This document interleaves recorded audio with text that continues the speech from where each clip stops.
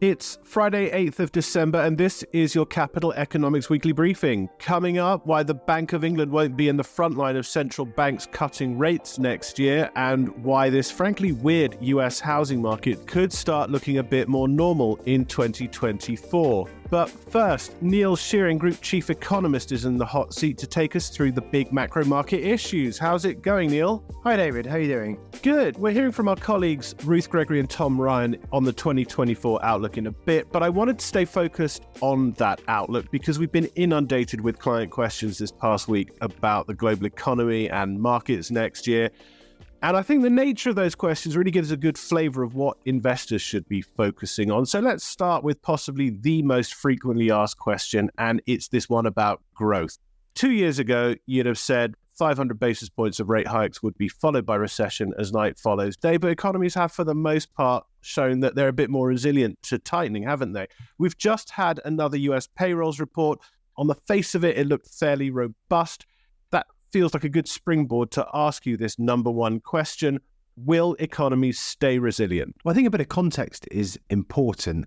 And a key thing to point out is that some economies have been more resilient than others. So the US economy has grown by about 3% over the past year. And you've just mentioned that solid payrolls report we've just had.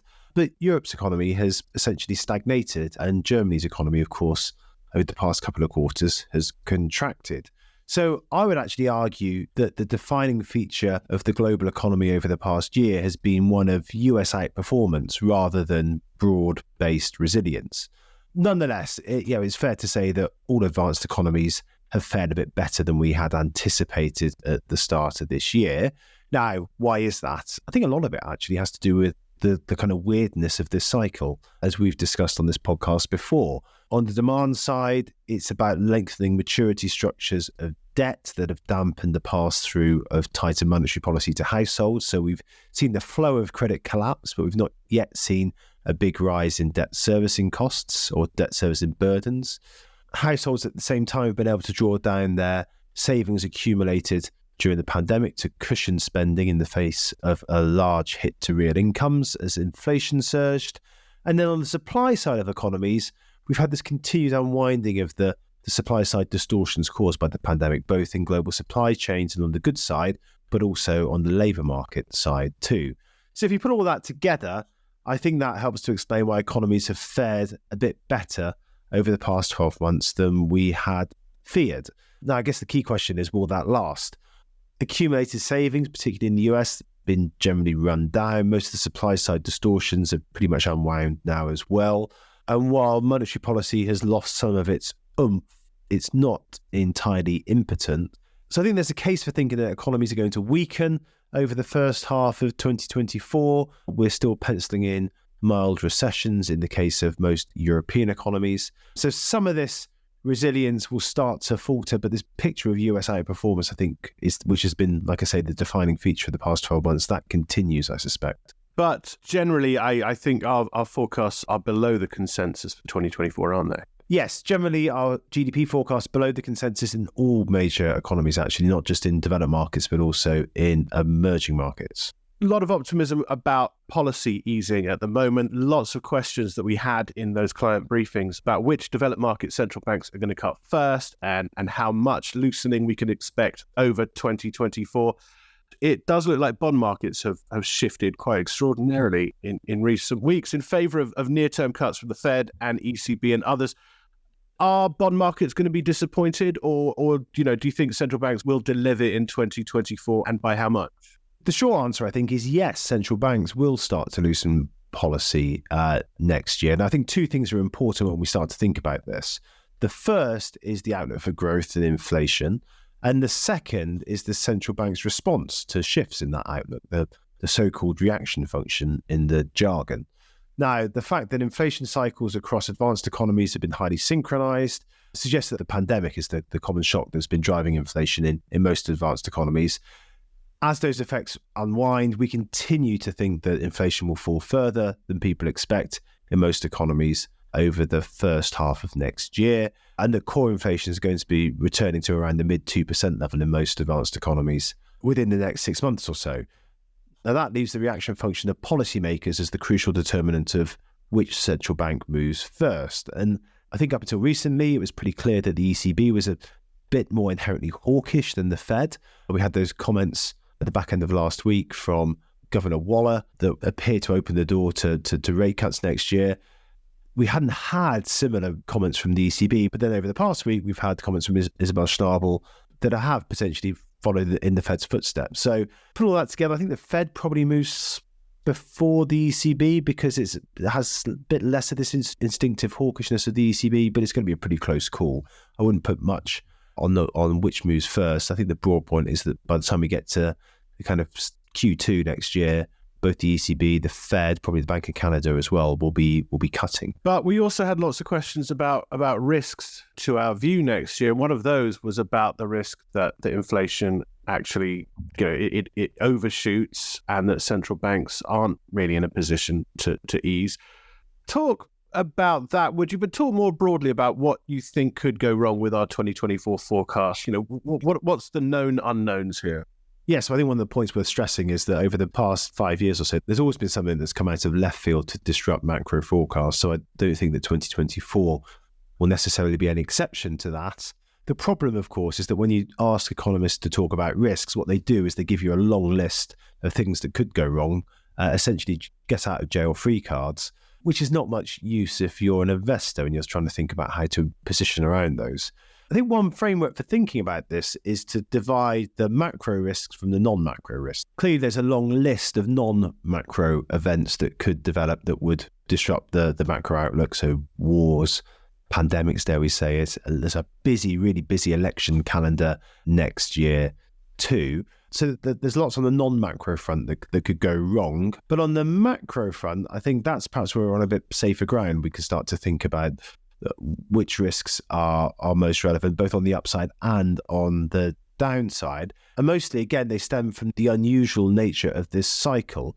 And in particular, the associated uncertainty around the effect of policy tightening that we've had over the past 18 months. So it's possible that we never really get much of a pass-through of tighter policy to the real economy and to debt servicing burdens of households and businesses.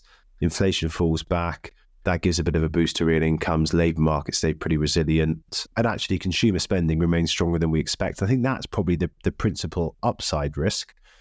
Conversely, on the downside, it's possible that actually lurking around the corner following this large increase in interest rates is some financial market event, something in the financial system breaks. We've written extensively, for example, about risks in the non-bank financial sector and the shadow banking sector. That could be a potential source of vulnerability.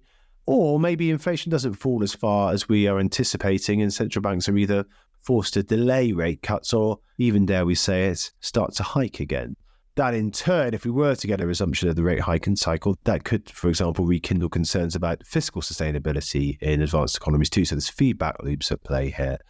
So there are several upside and downside risks, but most of them stem from, I think, on the macro front at least, the uncertainty over the effect of policy tightening that we've had over the past 18 months or so.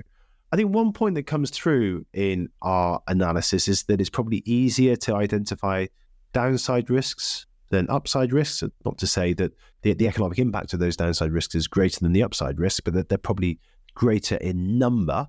The main upside risk to growth would be that we have this AI-related boom in productivity that we've talked about and we've written about in our annual Spotlight report. But as we argued back then, I think it's most likely that comes through at the back end of this decade rather than in the next year or so. So lots could go wrong. Clearly, the lesson of the past 5 years is that something will go wrong. It's easier to see more downside risks than upside risks at the moment, but on the macro front at least, I think the source of those risks are likely to be around the uncertainty of the impact of the policy tightening that we've seen over the past year or so. That was Neil Shearing on the 2024 Outlook. I'll link to our World in 2024 page in the podcast notes, where you can read more about the major themes and the key risks to our view in the coming year. But you'll also see there the kinds of questions that clients are asking about in terms of what to expect and what we're telling them. In the coming week, we're going to be all over the final policy meetings of 2023 from the Fed, the ECB and the Bank of England. We're going to be holding one of our drop-ins, that's our short-form online briefings, just after the MPC on Thursday to wade through all of those decisions. Staying on the MPC, Ruth Gregory, our Deputy Chief UK Economist, this past week published analysis which explains why we think the consensus for a Bank of England rate cut around May-June next year is wrong. I spoke to her earlier about her analysis, and I started by asking why we think the bank is going to wait until after the Fed and ECB to move. I think ultimately, whatever the Bank of England says next Thursday, it's crucial to remember that it's the economy that will determine how long rates stay at their peak and when they're cut. So our view is that rates will remain at their peak until late in 2024. And that's for a few reasons. The first is that I think the effect of higher interest rates are filtering through to the economy more slowly than in the past. And they're also being cushioned by some of the lingering effects of the pandemic. So I think interest rates just need to be higher for longer than to have the same dampening effects on inflation and activity. And actually, if you look at what most models suggest, rates have risen to a lower peak than they suggest, and that implies that they need to stay higher for longer to compensate. And I think the bank also knows that high inflation has dented its credibility. So I think it will want to be absolutely sure that inflationary pressures are consistent with the 2% target before it cuts rates. So I do think it's likely to err on the side of policy being too tight rather than too loose. And in fact, in our forecast, we don't expect wage growth to fall from 11.9% in September to the rate consistent with the 2% target of 3 to 3.5% until early in 2025. And the other key barometer that the Bank of England is looking at, which is services CPI inflation, that's a key barometer of domestic inflationary pressures. We don't think that will ease to its long-run average of 3.5% until late in 2024. And there is a final reason why we think that rate cuts may not come until late in 2024 rather than in the middle of 2024 as investors expect. And that's because we expect the government to unveil a further scale back in the tightening in fiscal policy ahead of the next election. And in an environment where deficient supply rather than demand is the key factor that's holding back economic activity, I think a smaller drag from fiscal policy that may add to price pressures and may mean that interest rates need to stay higher for a bit longer to compensate. So these are the reasons why we think the bank won't cut rates until late in 2024, and that would be later than the Fed, later than the ECB and the current market pricing, which is for mid-2024. Yeah, one thing I like about your report is, obviously it makes this case for rate cuts coming later than most people expect, but it also provides a framework, doesn't it, for working through when or how the Bank of England thinks about the inflationary conditions and the economic environment and when's the right time to cut. So on that, what do you think will prompt the bank to cut rates? Or to use your analogy borrowed from Hugh Pill, when do we know it's time to come down from Table Mountain? Yeah, in our report, we look at some of the key indicators that have usually convinced the Bank of England to cut rates in the past. And I think there were some surprising results. The first is that the current rate of inflation doesn't have to be below the Bank of England's 2% target for the bank to cut rates. The unemployment rate doesn't have to be rising. The Bank of England also doesn't have to be forecasting that inflation will be below 2% in 2 years' time. And nor does the economy have to be in recession. So when the Bank of England started cutting rates in the past, economic growth was often still quite healthy. And in our report, we find that instead, the Bank of England typically relies on a wide range of indicators when deciding when to cut rates. And some of the most important are, in fact, an easing in wage growth and timelier indicators such as the composite activity PMI and a fall in the number of job vacancies. So I think these are the key indicators that will tell us that the bank has looked at in the past when it's considered cutting rates. I think that we've already said that our view is that rate cuts will begin late in 2024, but wage growth, the vacancy to unemployment ratio and CPI and services inflation, I think will be the key indicators to watch to judge whether rate cuts happen sooner or later than we expect. You keep mentioning wage growth. Now, there's a big row going on in the UK at the moment, for the most part centred on the Conservative Party, it seems, about immigration. We had that data showing a net 745,000 increase in the year to June. I don't want to get into the politics of this, but I do want to ask you, as an economist, what do migration levels like this mean in terms of easing labour market pressures, and would restrictions on this inflow of people that are currently being discussed, would they present an upside risk to our wage forecasts? Yeah, I think when it comes to the economy, it's perhaps a little disappointing that despite that strong net migration figure that you mentioned, the total number of people that are willing and able to work is no bigger than it was before the pandemic. Perhaps without strong net migration, then the available pool of workers may have been even lower. So there's been lots of talk, hasn't there, about clamping down on the numbers of net migration. It's not clear over what time period that will be and the exact specification of the policy. But I think the bottom line is that, we have seen big restraints on the supply of labour in the UK, and I think these restraints on the supply of labour explain why we think that wage growth will ease only slowly, and the Bank of England probably won't be able to cut interest rates until after the Fed and the ECB, perhaps later next year. That was Ruth Gregory on when the Bank of England could cut rates. Finally this week, the US housing market. 2023 has been a strange one, with no one wanting to move and face mortgage rates at generational highs, supply dwindling as a result, and prices surging. That's been starting to unwind in recent weeks, and Tom Ryan, who leads our housing market coverage, sees that continuing into 2024, but only so far. In this conversation, you'll hear Tom describe the outlook for the coming year, and it starts with him explaining why the market has been weird for so much of this year. I mean, on the face of it, definitely seems like a confusing market to navigate, because you've got mortgage rates close to 8% in October, which is the highest they've been in almost 23 years. But you've actually got house prices rising in response to that, which isn't necessarily the usual relationship that would normally take place. In terms of like what's happening, I think if you boil it down to the supply and demand dynamics, it all becomes a lot simpler to understand.